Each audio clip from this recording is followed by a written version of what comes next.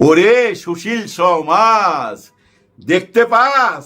হ্যাডম দেখতে পাস? তোরা না বলতি ওদের ডাকে কেউ আসবে না, এখন আসে। ভয় লাগে, ভয় লাগে বুকে। কোন রাজনৈতিক দল যখন পতন শুরু হয় আপনাদেরকে বাঁচাতে আসবে না। দিল্লি থেকে মাদার অফ টেরর এখন আপনাদেরকে বাঁচাইতে আসে না। আমরা ডিবি হারুনের শাসন দেখেছি, আমরা বিপ্লবের শাসন দেখেছি, আমরা হাবিবের শাসন দেখেছি, আমরা বেনজিরের শাসন দেখেছি। আপনারা বেনজির হয়েন না, আপনারা বিপ্লব হয়েন না, আপনারা ডিবি হারুন হয়েন না, ডিবি হারুন হয়েন না। আসসালামু আলাইকুম। বাঘের মতো গর্জন করে, বাঘের মতো।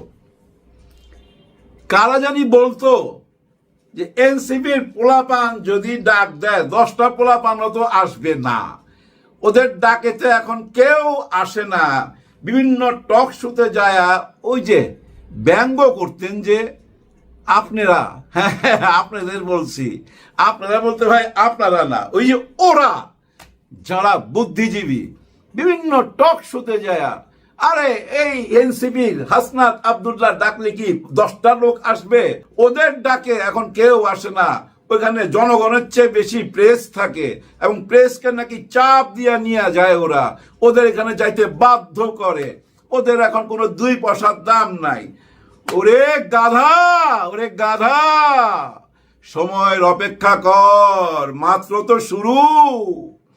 আমার মন চাই কি জানেন, ওই বুদ্ধিজীবী গুলারে কানে ধইরা না এই যে এনসিপি পিছে হাঁটাইতে দেখাইতে, যে দেখ যেখানেই যাচ্ছে সেখানে কত মানুষ।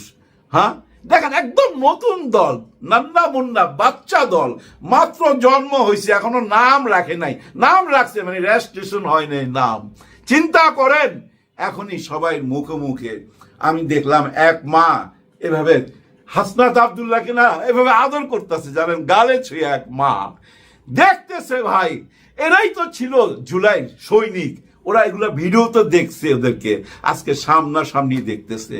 গ্রাম থেকে গ্রাম, শহর থেকে শহর, পদযাত্রা, সারা বাংলাদেশ ঘুরবে ভাই, সারা বাংলাদেশ ঘুরবে। হায় হায়, নাটোরে দেখলাম এক বোন, উনি শারমিন জানি নাম, যাই আমার হাতে নামটা মনে নাই, সে যে বক্তব্য রাখতেছে ভাই, হায় হায় হায়, বাঘিনী বাঘিনী, নাটোরের পুরা ইতিহাস তুলে ধরছে। যেখানে যাচ্ছে, যে শহরই যাচ্ছে, ওই শহরের ইতিহাস জানা তো তাদের। কারণ কি জানেন, এরা লেখাপড়া করা তো, আপনারা জানেন নিশ্চয়ই। শিবিরে যারা আছে, শিবিরের এরা ভাই মেধাবী, সব মেধাবী।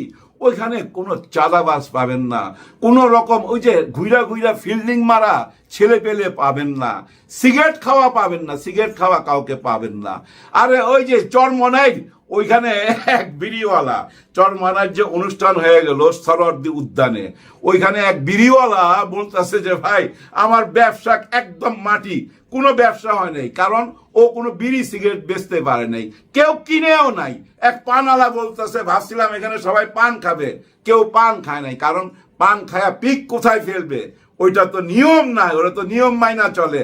দেখেন না, অনুষ্ঠান শেষ করে যাওয়ার সময় যদি ময়লা ফেলে, ওই ময়লাগুলা কুড়ায় নিয়ে চলে যায়। যেমন মাঠ তেমন থাকে, সবুজ মাঠ সবুজই থাকে। কারণ কি জানেন, নিয়ম মেনে চলা। হ্যাঁ, ওই যে লিডার যেটা বলবে সেটা শুনতে হবে এবং সেটা পালন করবে, লিডারকে ফলো করে। আর অন্য অন্য দলের লিডাররা যা বলে, মাঠ পর্যায়ের লোকগুলা সেগুলা শুনতেছে না, চিৎকার করতেছে, বারবার বলতেছে যে তোমরা এগুলা থামাও, নিজেরা নিজেরা মারামারি করো না। আজকেও মির্জা ফখরুল সাহেব একটা অনুষ্ঠানে দেখলাম, হায় হায়, উনি মেজাজ হারায় ফেলায়, একবার ধমক দিতেছে একে, একবার ধমক দিতেছে ওকে, বলতেছে তোমাদের ধৈর্য নাই। আসলে ওনার নিজেরই ধৈর্য নাই, ওনার মাথা গরম হয়ে যায়, বকা দেয়।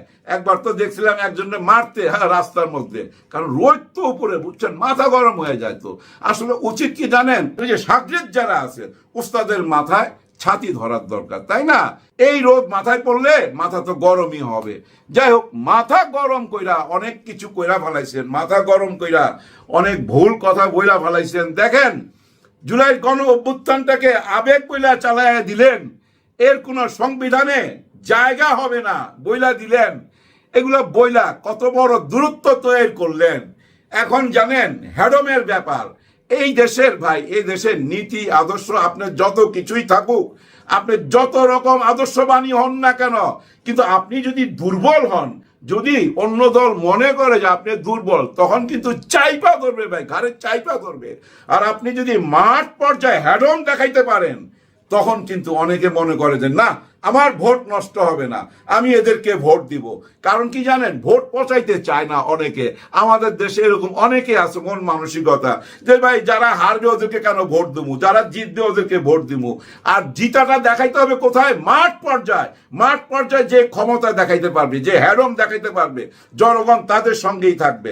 এই যে এনসিপি পদযাত্রা শুরু করলো ভাই, এটা কিন্তু ইউনিক একটা ব্যাপার হয়েছে। আগে কিন্তু আমি বুঝি নাই, যখন পদযাত্রা প্রথম শুরু করে আমি ভাবছিলাম কেমন সারা পায় আল্লাহ জানে, বেজ্জতি না হয়। কারণ কি জানেন, এই যে এইসব বুদ্ধিজীবীদের, এইসব চামারদের কথা মাথার মধ্যে ঢুকে গেছে তো। কারণ এরা তো উচ্চ শিক্ষিত, এরা কেন বলতেছে ওদের ডাকে কেউ আসবে না? সবাই কি জুলাই গণ অভ্যুত্থানকে ভুলে গেল? না, এই দেশের মা বোনরা ভুলে নাই, কেউ ভুলে নাই ভাই। এই যে 3 কোটি ইয়াং জেনারেশন আছে না, যারা নতুন ভোটার, ওরা কি করবে জানেন? ওদের মাকে বাবাকে বলবে যে বাবা ভোট দিতে হবে এখানে, মা ভোট দিতে হবে এখানে, মা বোনকে বলবে বোন এখানে ভোট দে। নতুন একটা বাংলাদেশ গড়ি আমরা। আমরা তো অনেককেই দেখছি, নতুন কিছু দেখি, তাই না? নতুন কিছু দেখতে হবে। এবং মঞ্চে দাঁড়ায় যেভাবে এই যে হাসনাত আব্দুল্লাহ কিভাবে বললো, তোমরা কেউ হারুন হইতে পারবা না, বেনজির হইতে পারবা না। দেখেন, বেনজির হইতে না করছে, হারুন হইতে না করছে, বিপ্লব হইতে না করছে, তাদের চরিত্রটা আমরা জানি। তাদেরকে বলছে, পুলিশ প্রশাসনকে বলছে। এই ইয়াংদের সোজা কথা, তোমরা কারো দল দাস হইতে পারবে না, কারো দলের কথা শুনতে পারবা না, এমনকি আমার এনসিপির কথা শুনতে পারবা না, জামাতের কথাও না, বিএনপির কথাও না, কারো কথা না। আইন যেটা বলবে সেটাই করতে হবে। যেখানে যেখানে চাঁদাবাজি হইতেছে, এগুলো আমরা ভিডিও দেখতেছি, কেন পুলিশ যাচ্ছে না, কেন যায় ধরতেছে না? কেন এই সাবধানতা, কেন এই সাবধান বাণী দিচ্ছে নাহিদ ইসলাম, হাসনাত, সার্জিস, পাটোয়ারি? কেন দিচ্ছে? শুধু মুখেই কি দিচ্ছে? না, কর্মকার্য দেখায় দিবে। এদেরকে ভাই কিনতে পারবেন না। এই যে অনেকে আইসা টক শুতে বলেন না, এরা টাকা মাইরা দিছে, এদের কাছে এত টাকা আছে, ওই আছে, সেই আছে।